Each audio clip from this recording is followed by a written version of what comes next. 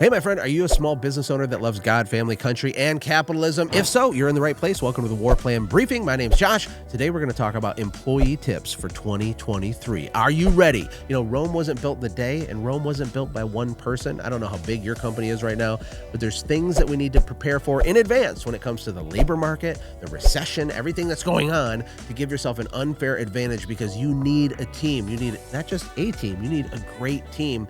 It's a complicated topic. I'm going to give you some things to think about that I think will help you because they help me so much. The first tip for 2023 is you need to charge more.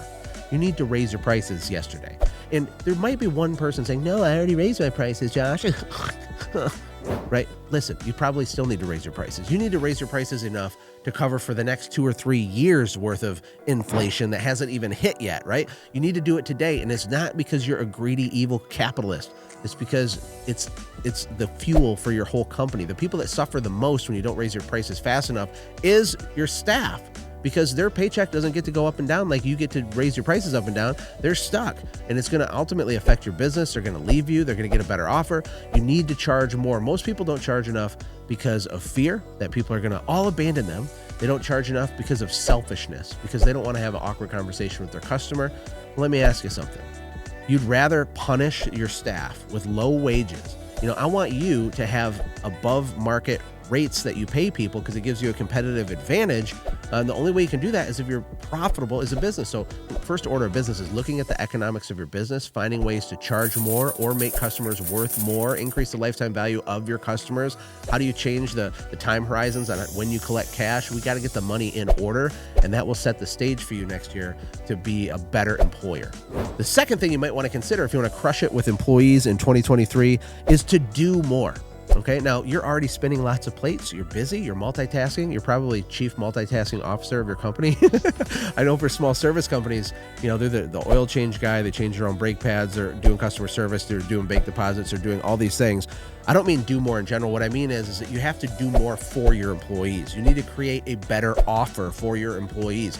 The labor market shifted, and young people have a lot of leverage right now. A lot of talented young people have leverage for a couple of reasons. Number one, a lot of them don't want the old-fashioned American dream. They don't want to buy the 3,000 square foot house and get married when they're 22 and get 2 car payments they can't afford. And then they're your perpetual slave as an employee as long as you can hold on to them. Things are different. People want tiny homes. They want laptop lifestyle. They want to be in this transient economy.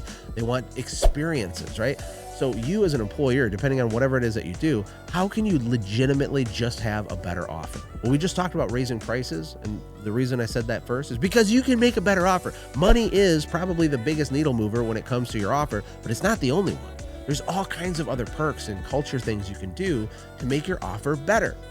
Have you ever written out a stack for your recruiting? And what I mean by stack, you know, company A says, hey, hiring for a technician, be a service technician at my company. Apply here. My company over here will create a stack. Hey, are you tired of being a cog in the corporate wheel? You want to have fun and make more money than you ever have in your life? If so, read more. Then it will say, here's what you get when you work for us. You get this, you get this, you get up to this amount of money, you get this many days off, you get this, you get daily, weekly, quarterly, and annual bonuses. You get a travel reimbursement, you get a per diem with this, you get a freaking turkey for Thanksgiving that the company buys, plus you get a 3-day weekend, plus you get a hotel stays, plus you get date night package gift cards, plus there's giveaways and prizes and leadership and advancement opportunities. This is a stack. I'm stacking together. When you work here, you get this and this and this and this and this, and you get all this cool stuff.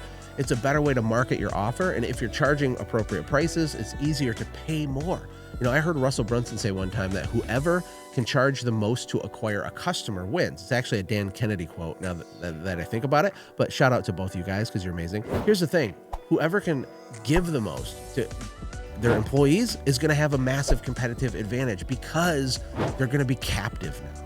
If your staff knows that they cannot leave your situation and replace it, they're not leaving. You have more leverage, right? To get them to comply if they're having a bad day, to discipline them, to help and coach them, to expect more productivity out of them. When they're making a lot of money, it's harder for them to leave. And so that's what I mean when I say you got to do more. The third tip to improve your employee stuff in 2023 is to spend more. Now, I know you don't want to hear that, but we have to spend more money on the marketing of employees. You got to understand, getting staff is marketing just like getting a customer is marketing. You know, a friend of mine, Michael Kaplan, he built an $18 million carpet cleaning business in under a decade. That's pretty cool. He's doing like $300,000 a week cleaning carpet. That's a lot of dirty carpet. Anyway, I digress. He calls his employees internal customers. So you have external customers, you have internal customers. How cool is that, right? Well, we have to nurture and take care of both of them. We have to exceed expectations for both of them. We have to deal with drama and personal things that happen with both of them. That's okay, but that's how it works. But we also have to market for and make offers to both of them to get them to be our internal or external customer.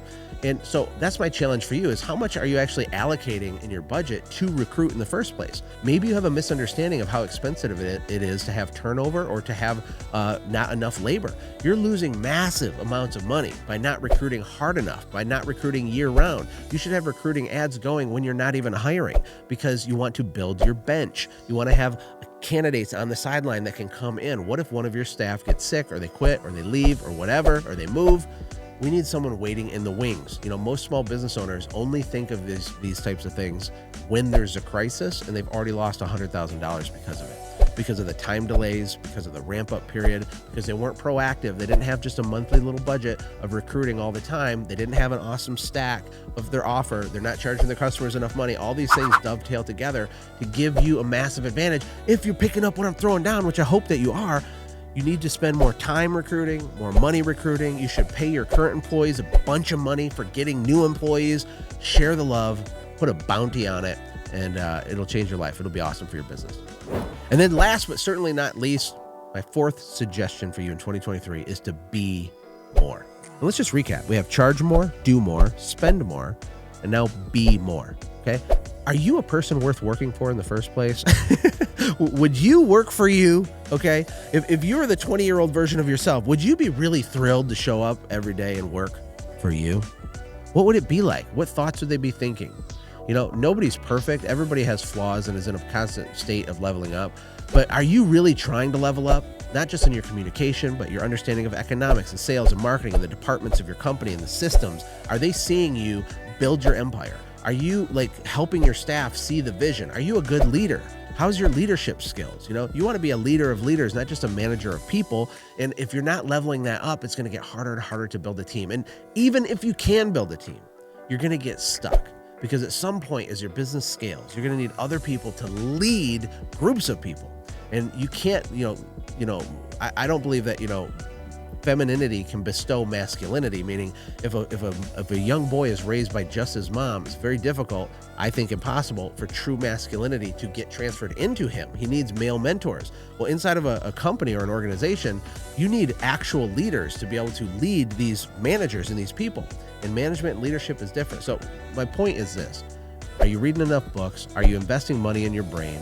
Are you challenging yourself? Are you taking courses? Are you hiring consultants? How are you leveling up yourself as a CEO? Because doing it automatically will start to attract better people to you, making everything else easier. I hope this was valuable to you.